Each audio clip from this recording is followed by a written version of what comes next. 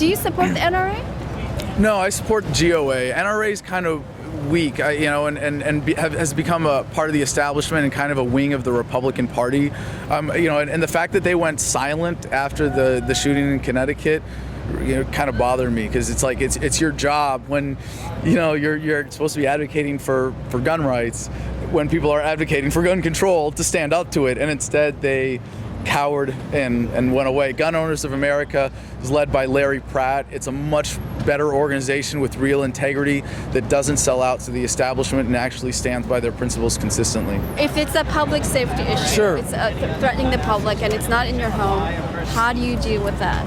Well, I think you encourage people to learn about the rules and handle firearms safely. And if they don't care? And in the case of the Connecticut shooting, what Miss Lanza's real irresponsibility was not in regards to her firearms, it was in regards to her son's mental health.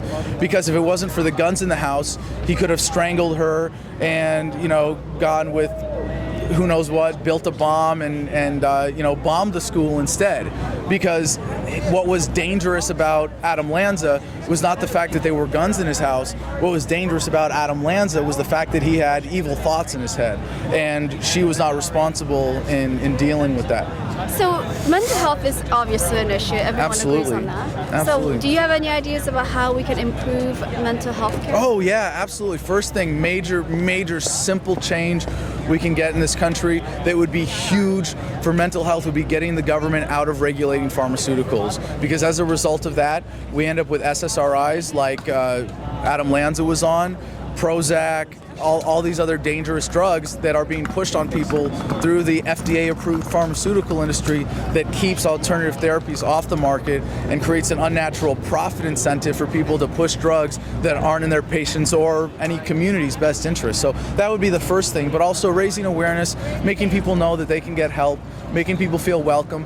But more importantly, how many people knew that Adam Lanza was disturbed and didn't say anything about it and didn't do anything about it and let him go on struggling without that help? And I think being able to identify those things and reach out to people and say, can I help you?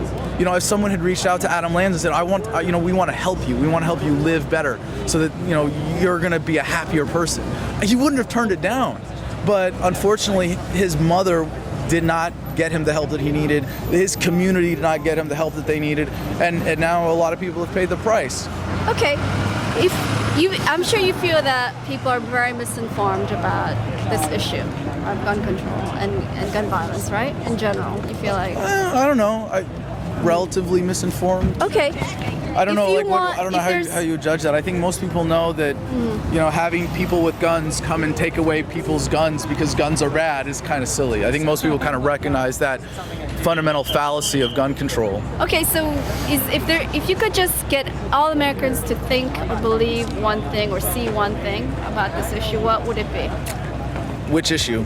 The issue of people wanting to have greater regulation on gun purchases and ownership, like that whole argument. What would you want people to see about it? That coercion is always wrong, no matter what the excuse.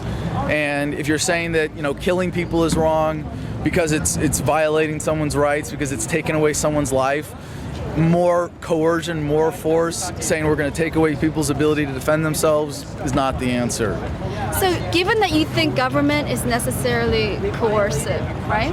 Well, it is. I mean, okay, so you're basically against any government whatsoever. You right. I'm an anarcho-capitalist. Yeah. I don't like the term anarchy because it means other things, but I'm a voluntarist more specifically, and it's a fundamental belief based on taking the principle of nonviolence to its logical conclusion and saying that every human relationship should be free of coercion, should be free of violence.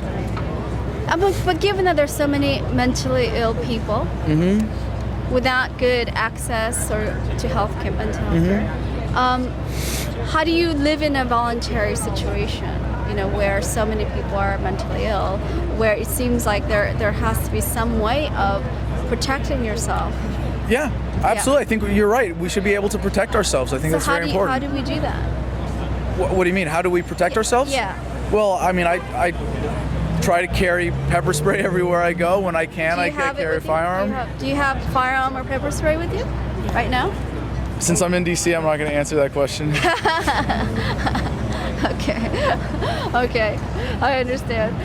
But you think that basically the best way to defend yourself is not through the police? I mean, are you right? would you Absolutely. abolish Well, the no, police? I would transition the police to be private, community-based public safety organizations, and then they would be held accountable when they violate people's rights better than what we have today. How about the military? Would you get rid of the military? Oh, absolutely.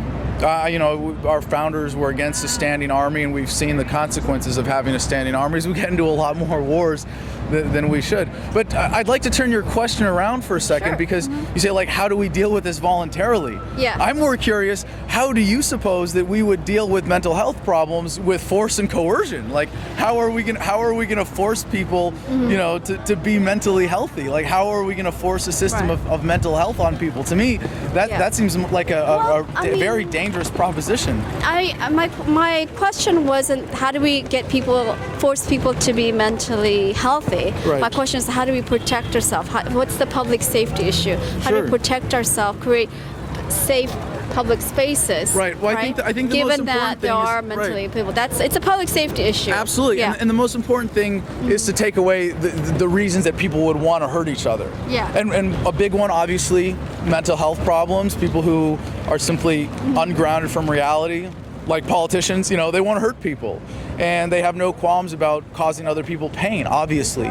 But in this case, you take away the reasons for people to want to hurt people. You alleviate poverty. You work with people. You empower them through voluntary interactions, through the market. You empower them to provide value to others. You empower them to have jobs and to be productive members of society. You take away the angst that way. You make sure that everybody knows that they can get along cooperatively. Because if you set the standard, hey, the government does, like, hey, you can force your will on people, that's okay, then you grant license to that in society. That's a big source of the problem. So if someone is suffering, the government, when they need money, they just take it from people. Well, I'm just going to do the same thing. And I know that's not the exact thought process of a lot of people, but if you get rid of the incentives and the motives, poverty and that kind of angst, by dealing with people voluntarily, by advocating for peaceful interactions, you take away the reasons for people to want to hurt each other. And I think that's really what this is about. Okay, no, I understand that point. Okay.